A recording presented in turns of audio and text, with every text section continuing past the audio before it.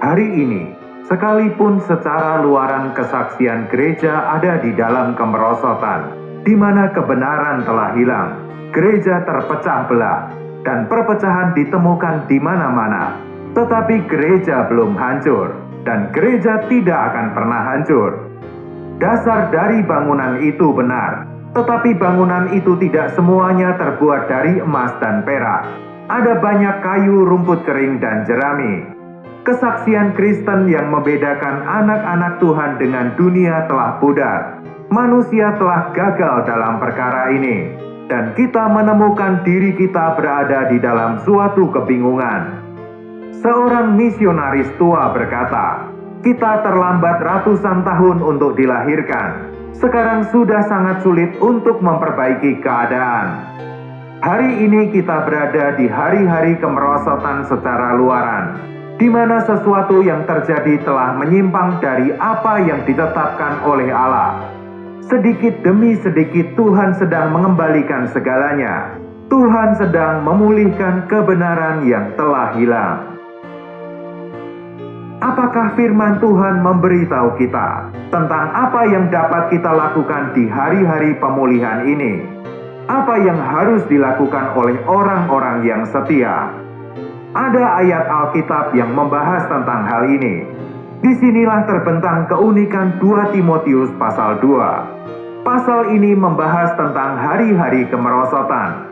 Tuhan mengizinkan kemerosotan datang sebelum kematian para rasul, agar kita memiliki pegangan saat kita menemukan diri kita berada di dalam kondisi kemerosotan yang serupa.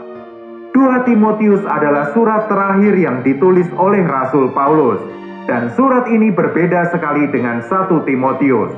Surat 1 Timotius banyak membahas tentang tatanan jemaat.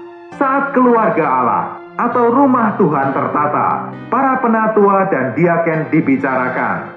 Tetapi dalam 2 Timotius sama sekali tidak membicarakan penatua dan diaken. Hanya orang-orang yang setialah yang dibicarakan. Karena rumah Allah tidak lagi ada di dalam kondisi yang tertata.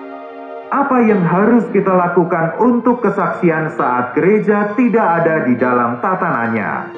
Kita harus menyerahkannya kepada orang-orang yang setia.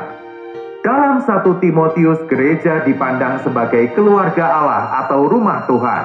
Tetapi dalam 2 Timotius, Paulus tidak menyebutkannya sebagai rumah Tuhan. Paulus hanya menyebutkan rumah yang besar. Paulus pun tidak mengatakan bahwa ini adalah gereja, tetapi dia menggunakan istilah ini sebagai gambaran dalam pembicaraannya. Kita dapat menganggap rumah yang besar ini sebagai kesaksian luaran di zaman itu. Semua orang Kristen berada di dalamnya, tetapi beberapa orang untuk tujuan yang mulia, dan beberapa yang lain untuk tujuan yang kurang mulia. Menurut sifatnya, gereja tidak dapat merosot ke tahap ini, tetapi di lingkup luarnya hal ini memungkinkan. 2 Timotius pasal 2 ayat 20 menuliskan, "Dalam rumah yang besar, bukan hanya terdapat perabot dari emas dan perak, melainkan juga dari kayu dan tanah. Yang pertama dipakai untuk maksud yang mulia, dan yang terakhir untuk maksud yang kurang mulia." Apa arti bejana untuk tujuan yang mulia dan untuk tujuan yang kurang mulia? Hal ini adalah pemisahan antara apa yang berasal dari Allah dan apa yang berasal dari manusia. Emas berarti sesuatu yang milik Allah dan dari Allah. Perak melambangkan penebusan melalui salib. Emas adalah segala sesuatu yang berasal dari Allah, dan perak adalah perkara yang telah melalui penyalipan putranya. Kayu melambangkan sifat manusia, perkara yang bumia, hayat alamiah. Tanah mengacu pada mereka yang hidup berdasarkan manusia dan hidup berdasarkan hayat alamiah. Hal ini mengacu pada mereka yang memperhidupkan kekuatan hayat alamiahnya. Tuhan mencari segala sesuatu yang berasal dari dirinya, bukan sesuatu yang berasal dari manusia. Kita harus menolak segala sesuatu yang berasal dari manusia. Untuk dapat menjadi bejana untuk tujuan yang mulia, ada beberapa kondisi dan hal yang perlu dilakukan. 2 Timotius 2 ayat 21 menuliskan, "Jika seorang menyucikan dirinya dari hal-hal yang jahat, ia akan menjadi perabot rumah untuk maksud yang mulia. Ia dikuduskan, dipandang layak untuk dipakai tuannya, dan disediakan untuk setiap pekerjaan yang mulia." Seseorang harus memisahkan dirinya dari bejana tanah. Ini bukan hanya perkara apakah kita terbuat dari emas dan perak. Hal ini bukan tentang kehidupan pribadi kita saja. Dalam ayat ini kita diperintahkan untuk menyucikan diri dari hal-hal jahat, dari bejana kayu dan tanah. Artinya kita harus memisahkan diri dari bejana kayu dan tanah. Apa yang Tuhan kehendaki memiliki dua aspek, yaitu penyucian pribadi kita dan hubungan kita dengan orang lain. Kita tidak boleh berdiri untuk hal apapun yang bumia atau hal-hal yang berasal dari alamiah manusia. Kita harus menolak untuk melakukan apapun yang berasal dari alamiah kita. Ini adalah aspek penyucian diri kita sendiri. Tetapi di saat yang sama, kita harus memisahkan diri dari siapapun yang adalah bejana kayu dan tanah. Hal ini merupakan aspek hubungan. Bukan berarti bahwa kita harus memisahkan diri dari mereka sebagai orang Kristen, melainkan dalam perkara apa yang mereka kerjakan, yang merupakan kayu dan tanah. Kita harus memisahkan diri kita dari sesama orang Kristen yang pekerjaannya bersifat kayu. Kita tidak dapat menggabungkan pekerjaan kita dengan pekerjaan orang itu. Penekanan di sini adalah pada bejananya. Sebuah bejana mewakili mengerjakan sesuatu. Hal ini mewakili sisi pekerjaan. Orang-orang lain akan melihat kita berbeda, karena kita menolak untuk melakukan seperti apa yang mereka kerjakan. Tetapi kita tidak akan menggabungkan diri kita dengan mereka yang mengerjakan hal-hal itu, yang bersandar pada tatanan yang mapan, atau dengan prosedur buatan manusia. Kita harus jelas dalam perkara ini. Kita tidak memisahkan diri dari mereka secara pribadi, tetapi secara pekerjaan, yaitu dalam hal sebagai bejana. Kita ada di dalam persekutuan dengan orang yang percaya pada Tuhan dengan sungguh-sungguh.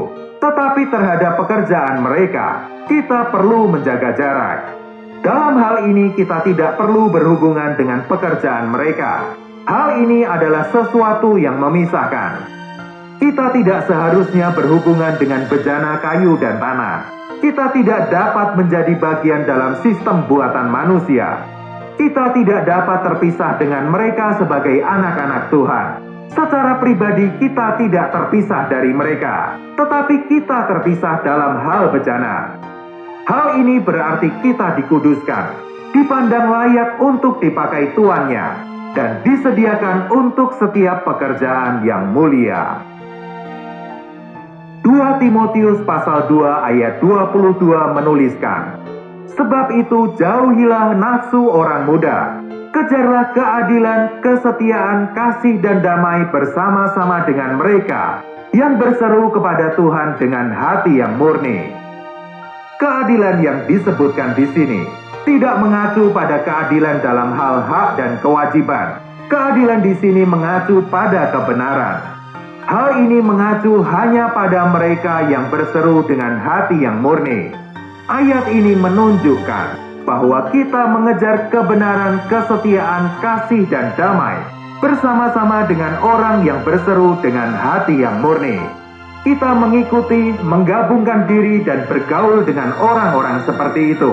Mereka-mereka ini adalah rekan kerja kita. Pergaulan ini didasarkan pada 4 hal, yaitu kebenaran, kesetiaan, kasih, dan damai.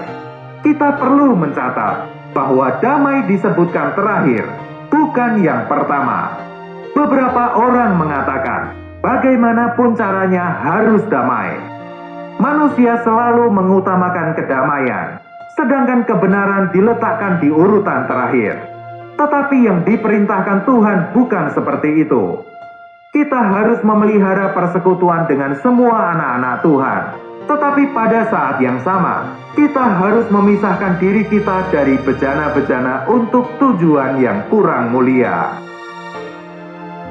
Kiranya hal-hal yang kita lakukan adalah hanya untuk Tuhan. Hal-hal yang kita lakukan pun bukan berasal dari diri kita sendiri, melainkan dari Tuhan. Yang kita lakukan bukan bejana dari kayu dan tanah, melainkan dari emas dan perak. Kiranya kita dapat mengejar kebenaran, kesetiaan, kasih, dan damai bersama-sama dengan mereka yang berseru kepada Tuhan dengan hati yang murni. Tuhan memberkati.